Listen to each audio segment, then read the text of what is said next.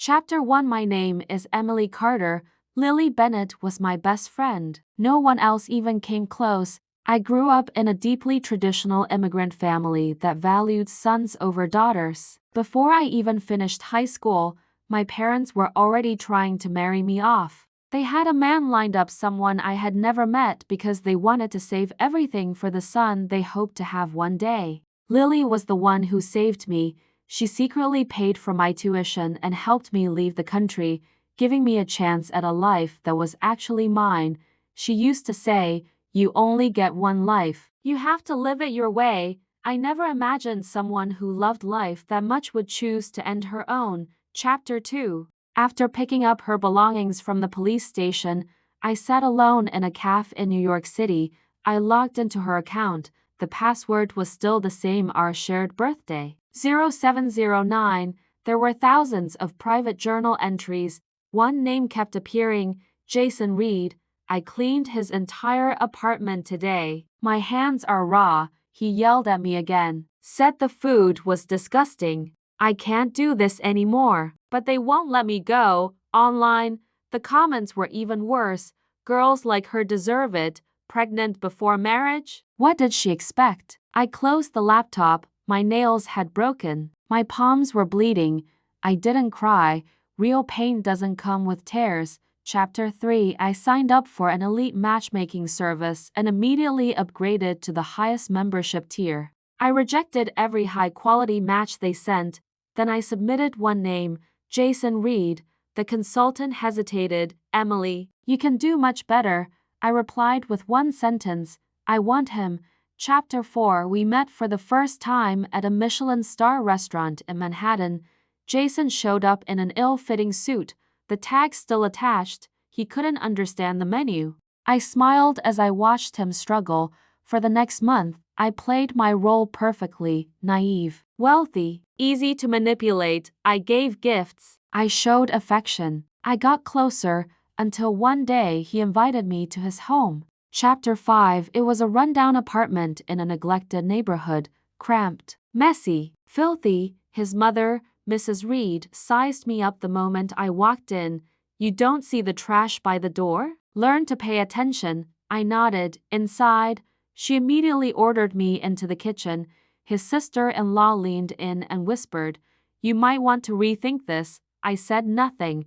I kept playing along. When I deliberately broke a plate, Mrs. Reed pulled out her phone. "That's too. I transferred $2,000.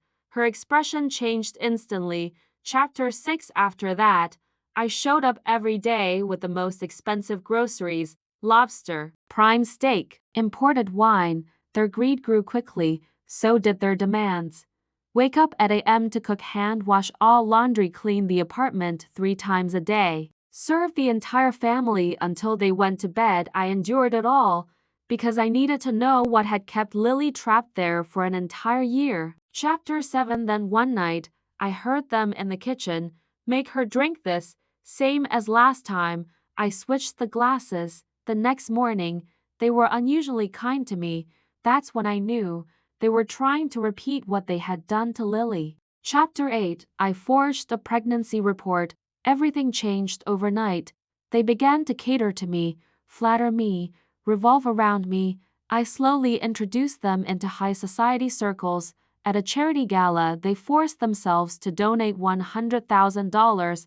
Then came the spending, luxury goods, loans, pretending to be rich. Within a month, they were drowning in debt, but it still wasn't enough. Chapter 9. I took them house hunting in front of skeptical agents and quiet ridicule. They took out massive loans and mortgaged everything to buy a luxury home. I smiled. "My mom will pay for it." Of course she wouldn't. Chapter 10. The wedding was scheduled for 3 days later. The entire city was watching. 3,000 guests. Full media coverage. Chapter 11. The music began. The officiant smiled. "Do you take this man?" I took the microphone. "My name is Lily." Silence. Then I told the story. The screens lit up. Videos played. Abuse, humiliation, control, drugging, everything exposed. The room exploded. Chapter 12. I played the first recording. Jason's voice, Once we're married, all her money is mine. The second, his mother's affair. The third, their internal schemes. They turned on each other instantly. Security rushed in. The media went wild. Chapter 13. By the next morning, the entire internet had erupted. The police stepped in. The Reed family was arrested, their property seized, their debts unpayable. Chapter 14. 1 year later, I passed the bar exam. I became a lawyer specializing in women's rights cases. My first client was Jason's sister-in-law. She won her divorce. That night, as we stepped out of a restaurant, a butterfly fluttered beneath the streetlight. I looked up and whispered, "Lily, did you see that?" A soft breeze passed by, like an answer.